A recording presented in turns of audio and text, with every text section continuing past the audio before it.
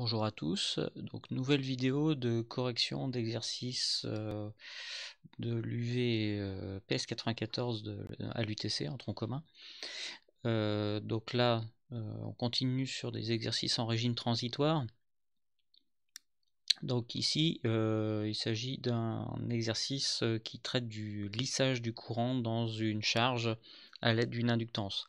Et donc la première partie de l'exercice, c'est de voir ce qu'il se passe lorsqu'on alimente une charge résistive à l'aide d'un générateur de tension imparfait, constitué d'une source de tension en série avec une résistance interne qui délivre donc des impulsions. Donc la source de tension interne, donc on a affaire à un modèle de Thevenin. Zut, sur ça ne marche pas. Un modèle de Thevenin, donc avec une source de tension E de T en série avec une résistance R qui vaut 5 ohms. Et donc la source de tension E de T, donc c'est cette forme d'onde périodique de période T et qui reste à une valeur constante de 10 volts pendant une durée T1 à l'intérieur de la période grand T. Et le reste de la période qui dure grand T moins T1, on aura une tension qui est nulle. Et donc, dans un premier temps, on va alimenter une charge résistive avec ce circuit. Donc une charge résistive de 100 ohms. Et on vous demande de donner la forme d'onde du courant et d'évaluer la valeur crête. Donc le circuit complet qui est constitué de E de T, de petit r et de grand R.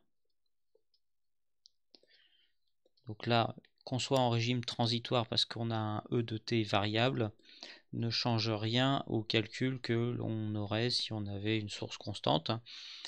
C'est une maille, tout ce qu'il y a de plus classique avec une résistance dans la maille et c'est tout. Donc la tension E de T elle s'applique à une association en série de deux résistances petit r plus grand R et donc on va avoir un I de T qui vaut E de T sur petit r plus grand R. Donc en termes de forme d'onde, eh bien on aura un signal I de T qui va être proportionnel à E de T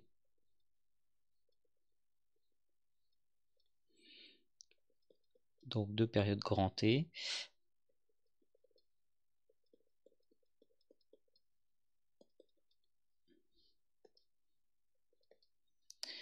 et donc lorsque bien évidemment lorsque la tension est nulle, on aura un courant qui est nul et lorsqu'on aura une tension non nulle, on aura une valeur crête, I crête, qui est égale à E grand E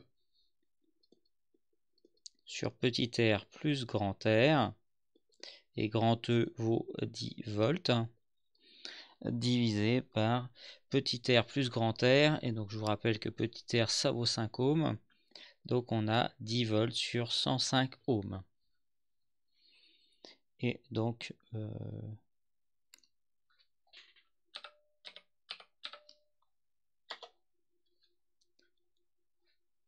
je prends la calculatrice, je l'amène ici. Alors, elle est un peu grande, mais bon, c'est pas grave. Et elle sort de l'écran. Bon, vous verrez le résultat.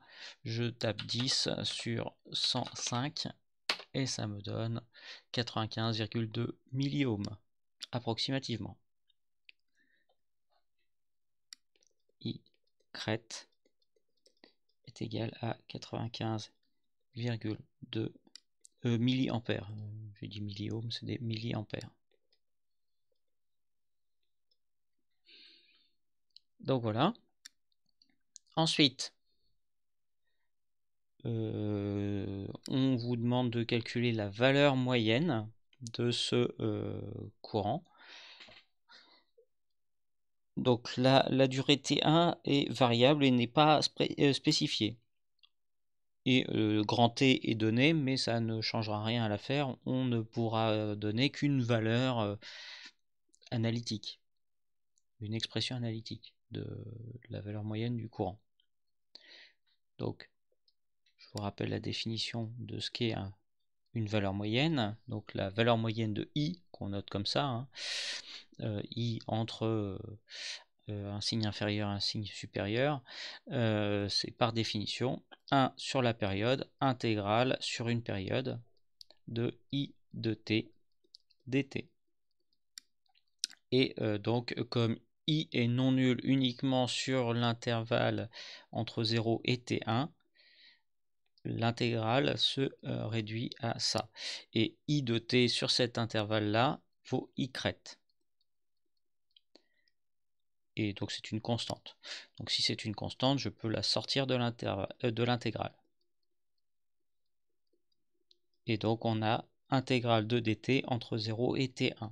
Et donc cette intégrale donne un résultat très simple, hein, c'est I crête fois t1 sur grand T. Alors ce que l'on fait parfois, c'est en fait on spécifie le ratio t1 sur grand T. C'est ce qu'on appelle le rapport cyclique du signal carré que l'on a. Et on le note généralement alpha, en France en tout cas. En anglais, ça s'appelle duty ratio.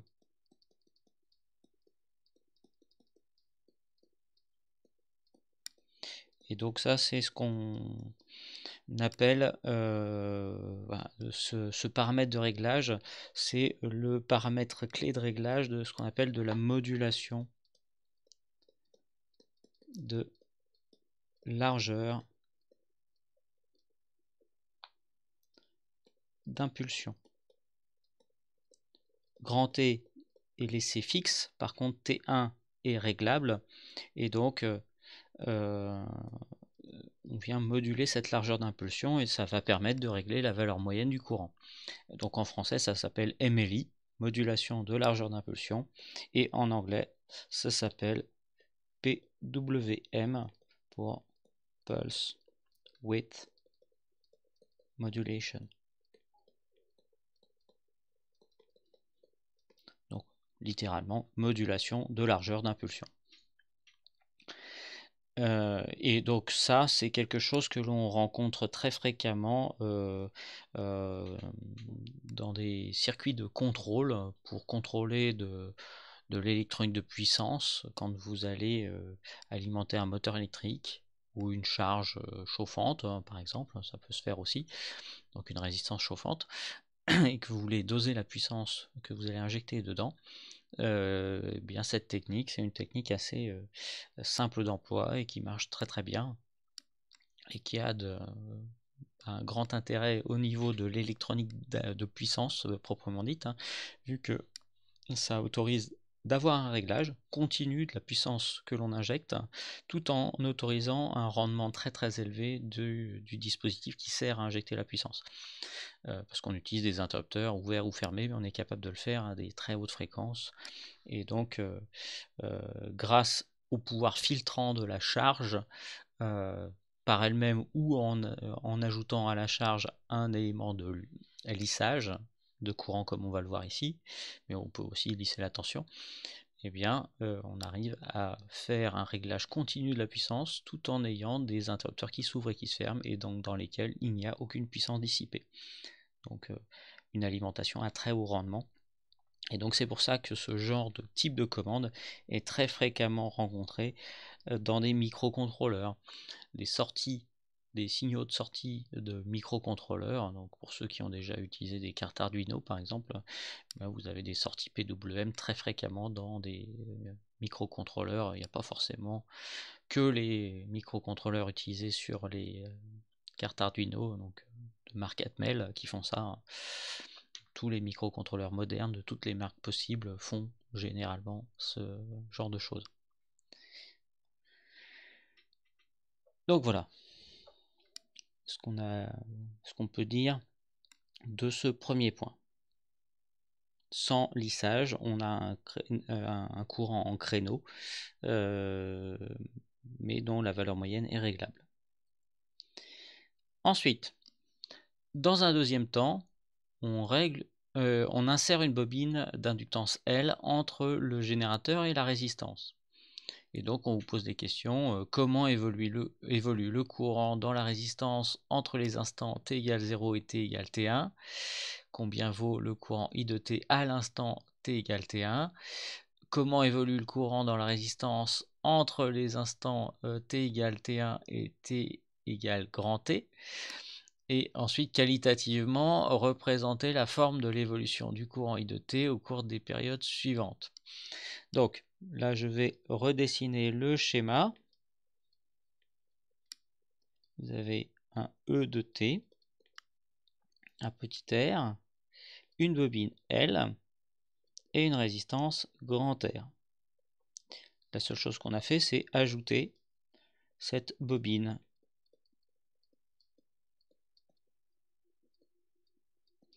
d'inductance grand L. Donc, le I de t qui va circuler va générer des tensions aux bornes de petit r, aux bornes de L et aux bornes de grand R. Donc, aux bornes de petit r, on a petit r I. Alors, j'écris pas de t, mais c'est sous-entendu. Aux bornes de grand R, on aura grand R I. Et aux bornes de L, on aura L dI sur dt. Ce qui aboutit à la formulation suivante, E de t est égal à petit r plus grand R fois I. Donc je rassemble tout ça ensemble. Alors là pour le coup j'écris I de t plus L dI de t sur dt. Donc ça c'est une équation différentielle du premier ordre qui n'est pas sous forme canonique. Donc pour la reformuler,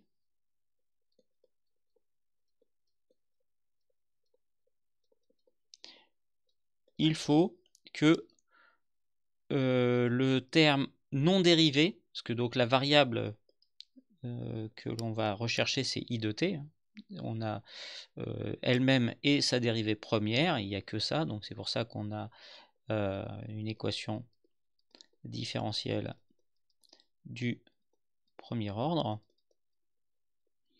Eh bien, il faut faire en sorte, pour qu'elle soit sous forme canonique, d'avoir un 1 devant le terme non dérivé, I de t.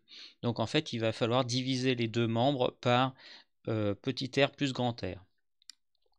Donc là, je l'écris avec le membre de droite, je l'écris à gauche maintenant. I de t plus L sur petit r plus grand R dI de t sur dt égale à E de t sur petit r plus grand R. Et donc ce que l'on fait apparaître avec cette formulation, c'est le coefficient qui se trouve devant le dI sur dt. Et donc ça, on le note taux, c'est la constante de temps du circuit.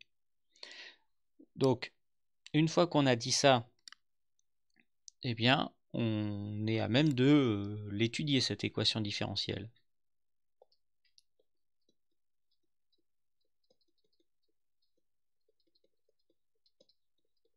Donc canonique.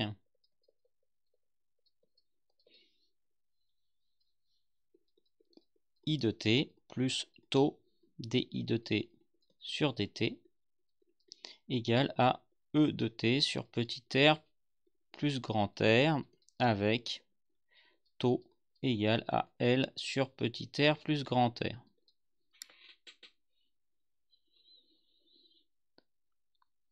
Alors, on ne vous indique pas à ce niveau-là la valeur de L, de toute façon. Donc, il n'y a pas de valeur numérique à évaluer pour le moment. C'est vraiment du analytique, ce que l'on va faire. Donc, à t égale à 0, on peut poser la condition initiale I de 0 est égale à 0. C'est raisonnable de dire qu'au démarrage du circuit, il n'y a pas de courant qui circule dedans. Et donc, en fait, cette équation, elle est valable pour tout t positif ou nul. en fait, c'est E de t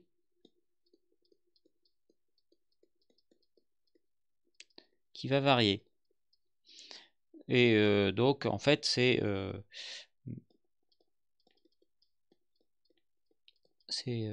un E de t qui est constant par intervalle.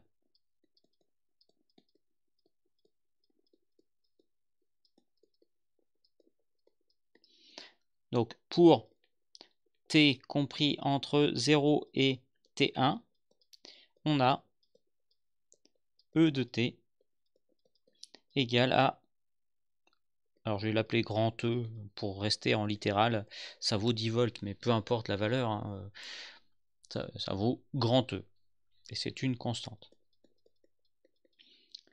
On a une équation différentielle du premier ordre avec un second membre constant non nul. La solution I de t sera de la forme IH de t, solution homogène, plus IP, solution particulière.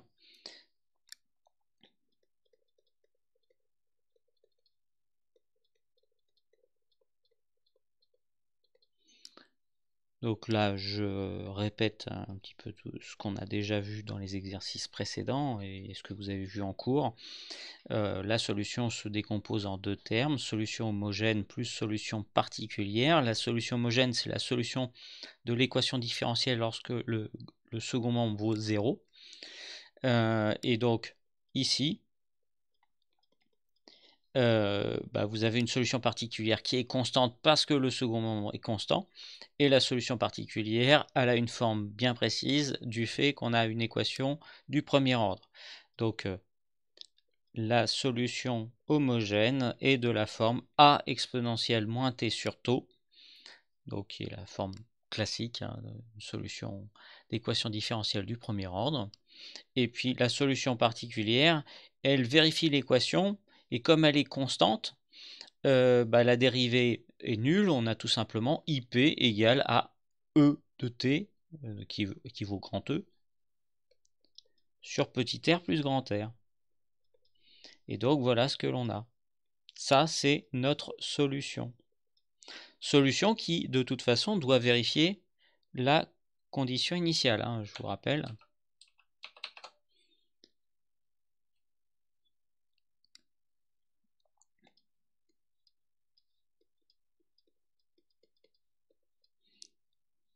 Donc I de 0 doit être égal à 0. Et comme c'est a exponentielle de moins t sur tau plus E sur petit r plus grand R, on doit avoir a exponentielle de 0, ça vaut 1, donc a plus E sur petit r plus grand R qui est égal à 0. D'où a qui est égal à moins E sur petit r plus grand R. Et donc, I de t est égal à E sur petit r plus grand R, facteur de 1 moins exponentielle de moins t sur tau. Donc une solution qu'on a déjà vue à plusieurs reprises, hein, je vous rappelle. On a un courant, alors I de t, je vais le tracer en rouge, qui part de 0. Donc avant t égale à 0, ça valait 0 et ça ne bougeait pas. Et après t égale à 0, ça tend asymptotiquement vers une valeur qui vaut E sur petit r plus grand R. Et ça tend vers cette asymptote avec une courbe de type exponentielle, dont on sait que à t égale à tau, on atteint 63% de la valeur finale, E sur petit r plus grand R. Et mathématiquement également, même si en pratique c'est pas facile de l'évaluer ça, la tangente à t égale à 0 intercepte l'asymptote à t égale à tau. Donc voilà. Donc ça répond à la première question. Comment évolue le courant dans la résistance entre les instants t égale à 0 et t égale T1. Un détail près, c'est que T1,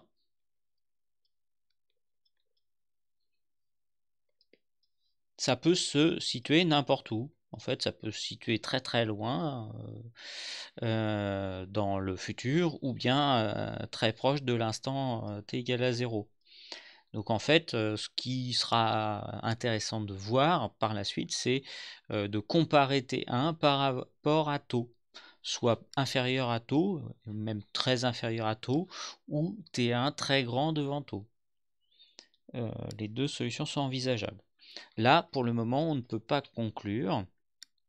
Par contre, analytiquement, combien vaut le courant I de T à l'instant T égale T1? Bah, c'est très simple, hein.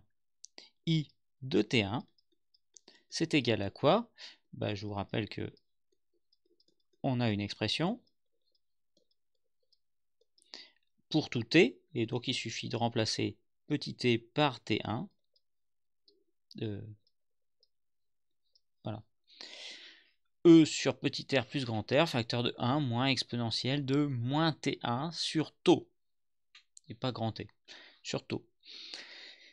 Et donc ça, on va pouvoir l'appeler I1.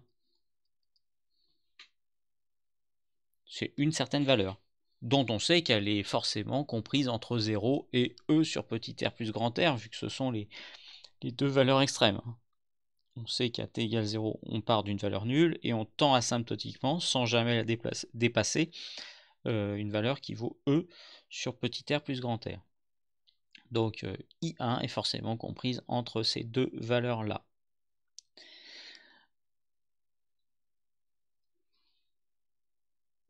Maintenant, comment évolue le courant dans la résistance entre les instants t égale T1 et t égale grand T? Donc, après cet instant, on a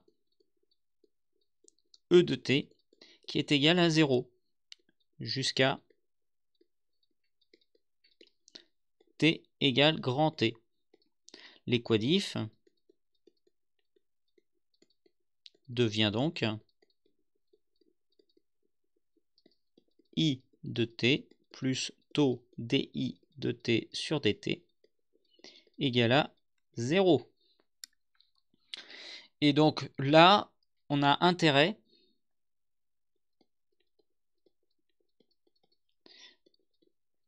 c'est de changer l'origine des temps.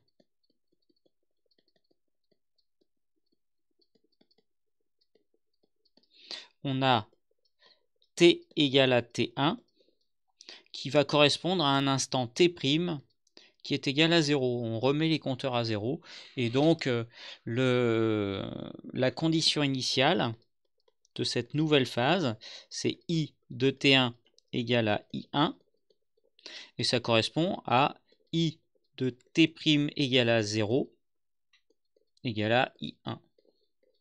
Et donc on va résoudre l'équation différentielle en considérant que le temps t, bah, ça va devenir t'.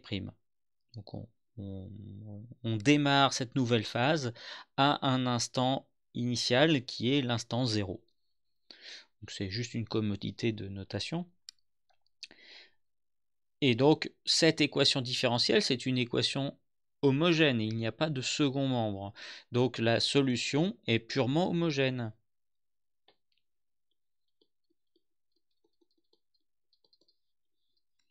C'est I de t' est égal à A, alors prime, c'est pas le même A que précédemment, exponentielle de moins t' sur taux.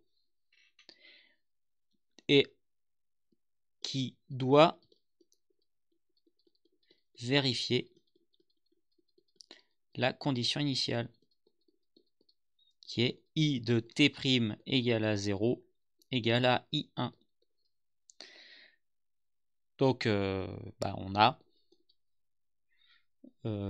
A' est égal à I1, d'où I de t' est égal à I1 exponentielle de moins t' sur taux. Donc c'est là qu'on a le changement d'origine des temps a son intérêt, parce que sinon il faudrait écrire I de t moins T1 égale à I1 exponentielle de moins, entre parenthèses, t moins T1 le tout divisé par taux. Et en plus, s'il faut remplacer I1 par sa valeur, I1, c'est égal à, je vous rappelle, E sur petit r plus grand R, facteur de 1 moins exponentielle de moins T1 sur taux. Donc, en toute rigueur,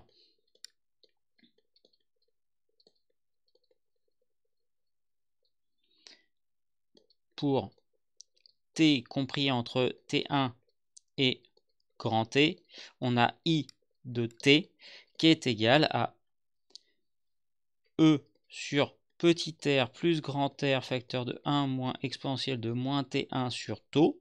Donc ça, c'est le I1 que je réécris. Facteur de exponentielle de moins T moins T1 sur taux. Donc c'est un petit peu lourd à écrire.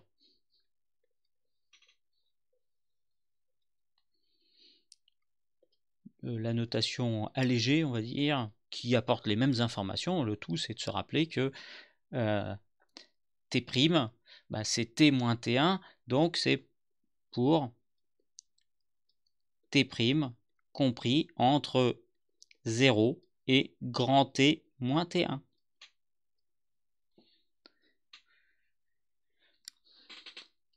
Donc voilà le principe.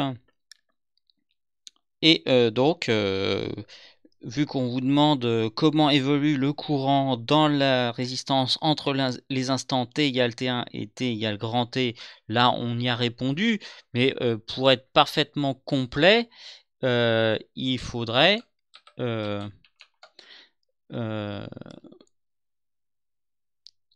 calculer la valeur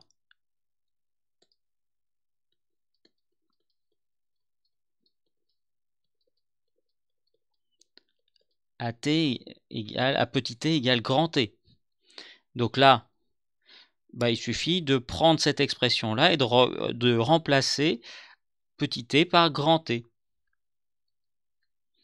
Donc E sur petit r plus grand R, facteur de 1 moins exponentielle de moins T1 sur taux, fois exponentielle de moins grand T moins T1, fermez la parenthèse, divisé par taux. Et donc ça, on pourrait lui donner un nom et appeler ça I2. Et donc, qualitativement, qu'est-ce que ça donne ? Donc là, pour faire un tracé,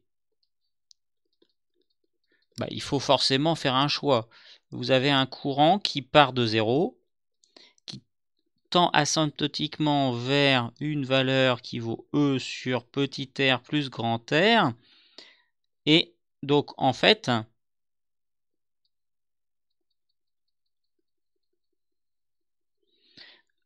cette valeur ne sera jamais atteinte. On va s'arrêter à un instant T1 que je choisis par exemple à peu près égal à taux. Là, tel que je l'ai dessiné, je pose T1 ici. Et donc, qu'est-ce que l'on va avoir par la suite ? Eh bien, on va avoir une solution qui asymptotiquement va tendre vers 0 et qui ne va jamais atteindre 0 parce qu'on va l'arrêter au bout d'un temps grand T moins T1.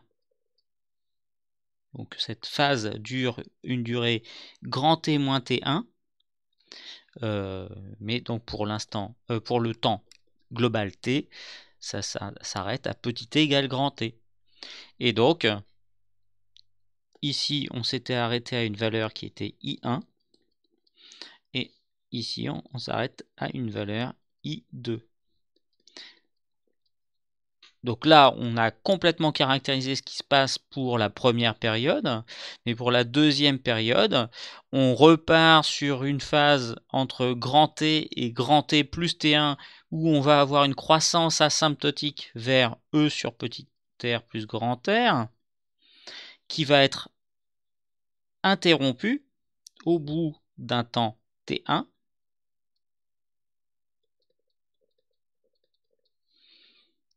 et donc cette fois, on va avoir un courant final qui est I3. Et à partir de là, on va repasser dans une phase où on a une équation différentielle avec second membre nul qui tend asymptotiquement vers 0, mais qui va être interrompu au bout d'un certain temps, grand T moins T1, et ainsi de suite. Donc qualitativement, voilà ce que ça fait sur plusieurs périodes. Ça monte, ça descend, ça monte, ça descend, etc. etc. Et le résultat remarquable, c'est que les valeurs extrêmes, les valeurs, on va dire max de chaque période, c'est I1, I3, et puis après on aurait un I5. Donc tous les extrémums de rang impair, ce sont des maximums locaux. Et tous les extrémums de rang pair, ce sont des minimums locaux. Et donc là, qualitativement, vu qu'on part d'une condition initiale qui est 0 ici, le courant initial, I de 0 égale à 0. Qu'est-ce qui change à la deuxième période? C'est que le courant initial, I de cette initiale de cette nouvelle période, ça n'est plus 0, c'est I2. Donc en fait, l'étude de ce système consiste tout simplement à calculer la condition initiale, la condition finale de chaque intervalle et de la considérer comme étant la condition initiale de l'intervalle suivant. Et donc vu qu'on part de plus haut, eh bien le courant maximum ici sera plus élevé que le maximum I1. I3 sera supérieur à I1. I5 sera supérieur à I3. Et de la même manière, I4 sera supérieur à I2, I6 sera supérieur à I4, etc. etc. Alors, après, il faut se poser la question de comment ça va évoluer. Qualitativement, on a du mal éventuellement à le voir, mais j'ai déclenché un truc qu'il fallait pas. Bon, on va essayer d'attendre que ça s'en aille. Les maximums que l'on a I2, I4, I6 et puis de l'autre côté I1, I3, I5, le delta qui existe entre I1 et I3 est plus important qu'entre I3 et I5, et encore plus important qu'entre I5 et I7. En fait, il y a une croissance, mais elle est de plus en plus faible. Et pareil pour I2, I4, I6. Donc en fait, on va tendre asymptotiquement vers un régime d'équilibre. Et en fait, les extrémums vont finir par se répéter. Les I de rang impair seront tous identiques et les I de rang pair seront tous identiques. De toute façon, on sait à l'avance que on n'aura jamais en dessous de 0 et jamais au-dessus de E sur petit r plus grand R. Donc on sait que c'est borné, et donc là je vous demande de l'admettre, on va tendre vers un régime périodique. Donc voilà, qualitativement on a ça, et je vous demande d'admettre que on tend vers un régime périodique, et c'est ce qu'on appelle le régime établi.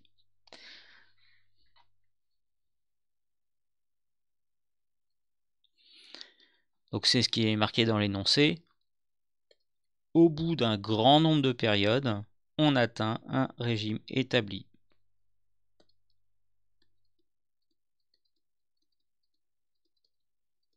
Périodique. Que peut-on dire des valeurs du courant en début d'une période et en fin de cette période, lorsqu'on est en régime établi? Je viens de l'écrire. Si on est en régime périodique, ça veut dire que toute grandeur dans le circuit est périodique.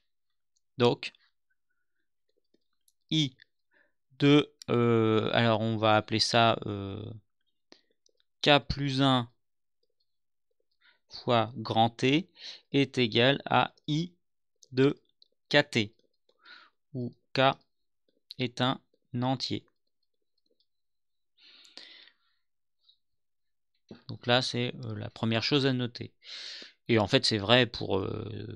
c'est pas uniquement vrai au niveau des débuts et fins de période, c'est vrai à chaque instant. I d'un T plus grand T est égal à I de T. Combien vaut alors la valeur moyenne de la tension aux bornes de l'inductance? Alors, faire le lien entre cette question-là et la deuxième, c'est pas forcément évident. Mais donc, que vaut la tension aux bornes d'une bobine? Donc, VL, tension aux bornes de L. VL et de T est égal à chaque instant à L dI de T sur dt.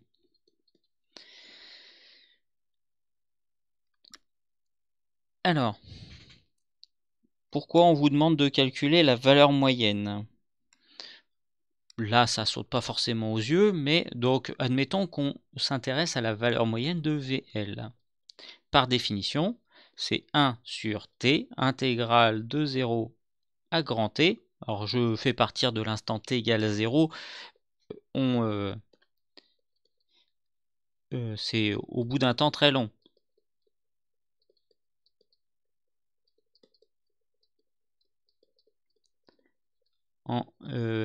Donc régime établi, atteint. Donc on attend un temps très long. Et à partir de ce temps très long, on remet les compteurs à zéro et on choisit une nouvelle origine des temps pour démarrer une intégrale sur une période. Et donc, on intègre VL. Donc là, je peux remplacer VL par sa valeur, 1 sur L, intégrale DI de T dt fois dt. Donc le 1 sur L étant une constante, je peux la sortir de l'intégrale. Donc ça, je vais le faire. Donc VL moyen est égal à 1 sur LT intégrale de DI sur dt entre 0 et t. Donc là, en fait, on voit que les dt s'en vont, enfin se simplifient. Alors l'intégrale de DI, forcément, si c'est I que l'on intègre, enfin si c'est suivant I que l'on intègre, il va falloir remplacer l'instant t égale 0 par le I de 0 et le t égale grand T par I de grand T. Donc en fait, on a intégrale de DI entre I de 0 et I de grand T. Et donc la primitive de intégrale de DI, c'est I.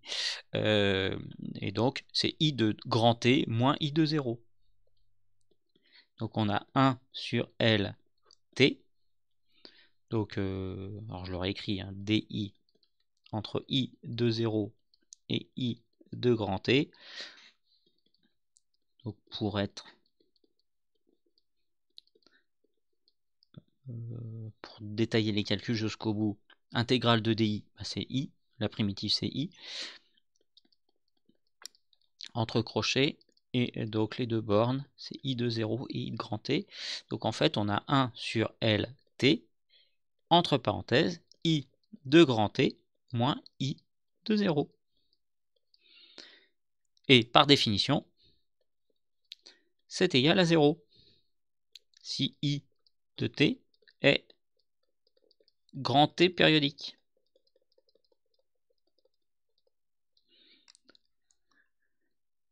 Donc voilà, la conclusion, c'est que le VL moyen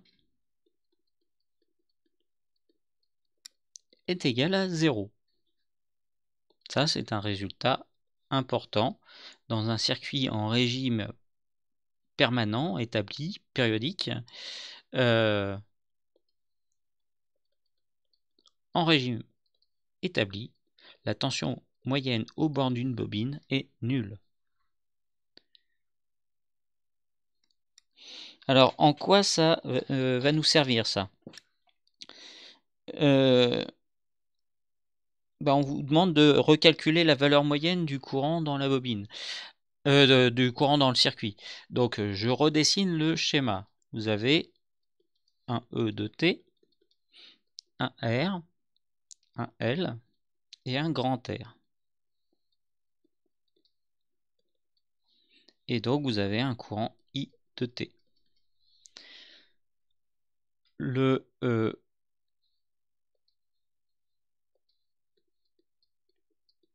Les tensions, vous avez grand RI, petit RI et LDI sur DT, qui est donc VL.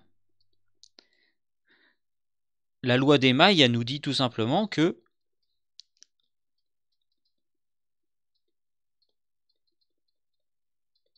à chaque instant, E de T, la flèche qui est là, est égale à la somme des trois flèches qui sont là. Donc petit r, je mets en facteur un petit r plus grand R fois I, plus VL. Je ne réécris pas LDI sur DT, ça n'a pas d'importance. Ça, c'est une égalité qui est vraie à chaque instant.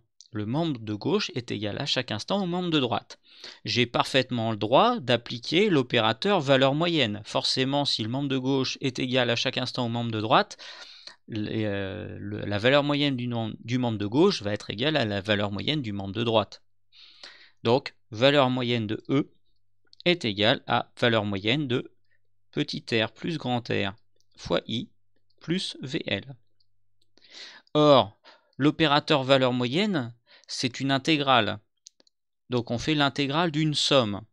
L'intégrale d'une somme, c'est égal à la somme des intégrales.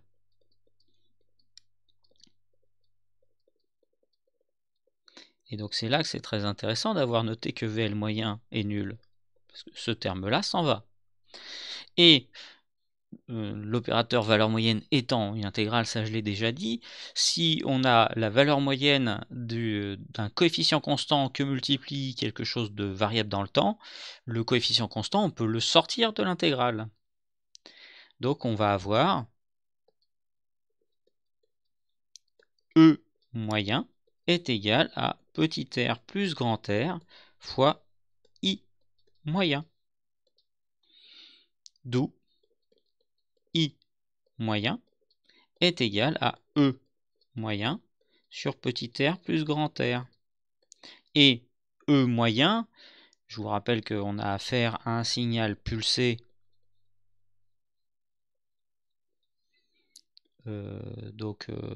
qui vaut grand E pendant un intervalle T1 et qui vaut 0 pendant le reste de la période, donc une durée grand T moins T1. La valeur moyenne de ça, eh bien c'est tout simplement grand E fois T1 sur grand T. Donc on a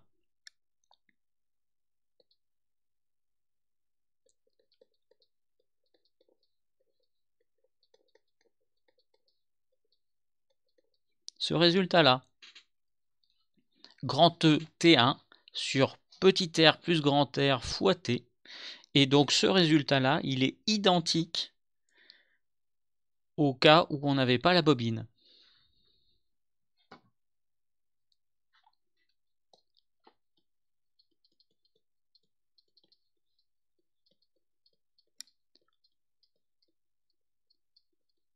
Avec ou sans bobine, la valeur moyenne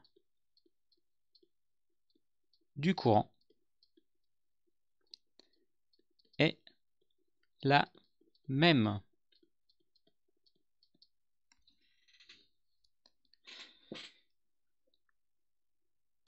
Alors on pourrait se dire, à quoi ça sert la bobine? Ça sert à lisser le courant.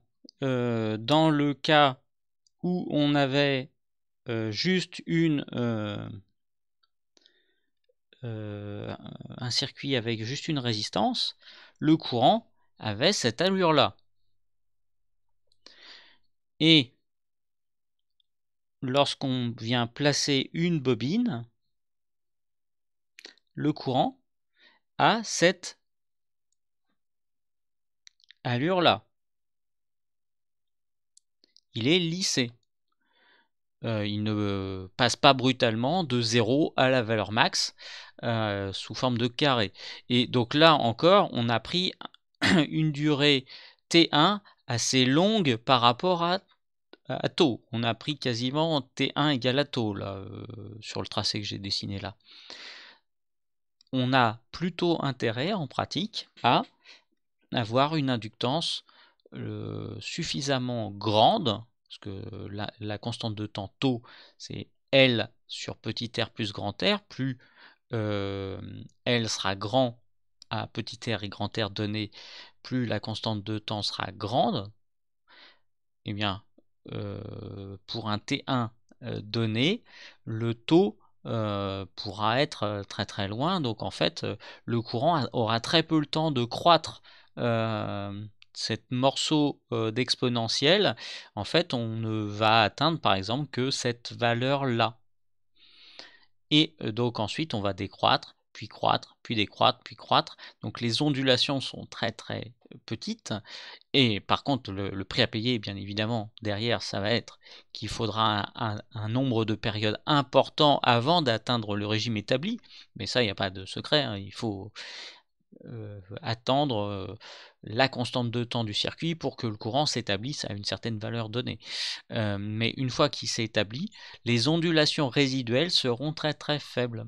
Le courant sera très très bien lissé. On pourra avoir un courant, admettons qu'ici on est 95 milliampères et que le régime établi se situe à peu près à la moitié, donc 47,5, donc ça correspondrait exactement au cas où on aurait T1 égale grand T sur 2. Et bien donc le courant va s'établir avec une valeur moyenne qui vaut 47,5 milliampères, mais donc si la constante de temps taux est très grande devant T1 et grand T d'ailleurs, eh bien l'ondulation pourra être très très faible par rapport à la valeur moyenne du courant. Et donc c'est ça l'intérêt de la bobine de lissage. Et donc c'est l'objectif des dernières questions de l'exercice, hein. Donc avec ou sans bobine, la valeur moyenne du courant est la même, mais lorsque elle augmente, l'ondulation de I diminue. Alors, quel sera l'effet produit si on multiplie la valeur de l'inductance par 10?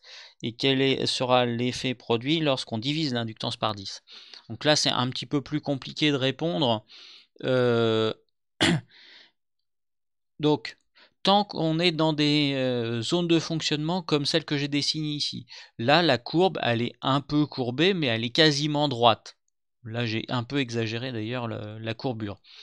Donc il est bien évident que si les constantes de temps et si les durées sont telles qu'on a des morceaux de courbe qui sont comme ça, bah, si vous changez la pente, hein, quelque part de votre droite, notre courbe qui est quasiment droite, par 10, ou vous la multipliez par 10, vous pouvez vous attendre à avoir des ondulations de courant qui vont être divisées par 10 ou multipliées par 10.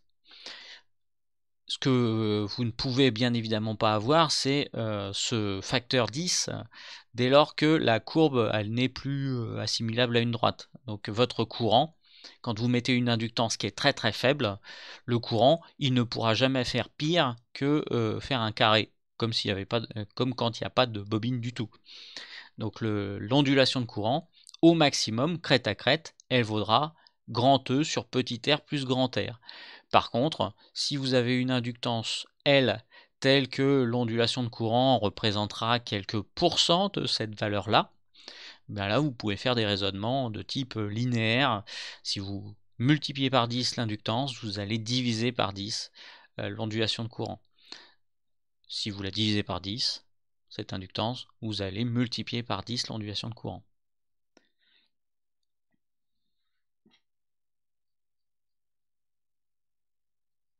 Donc le bilan, c'est si les exponentielles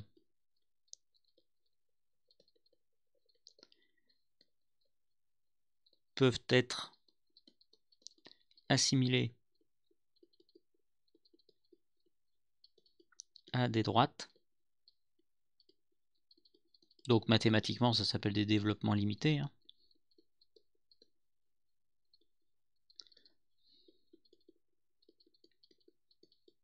À l'ordre 1. Multiplié par 10, la valeur de L implique une ondulation de courant qui va être divisée par 10. Et inversement, L divisé par 10 va conduire à un delta I multiplié par 10.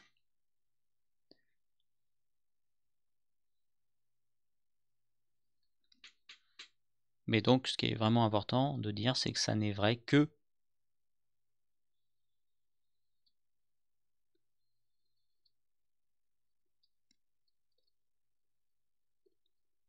dans ce cas-là. Donc c'est si et seulement si les exponentielles sont assimilables à des droites. Donc voilà pour cet exercice, donc c'est tout pour cette vidéo.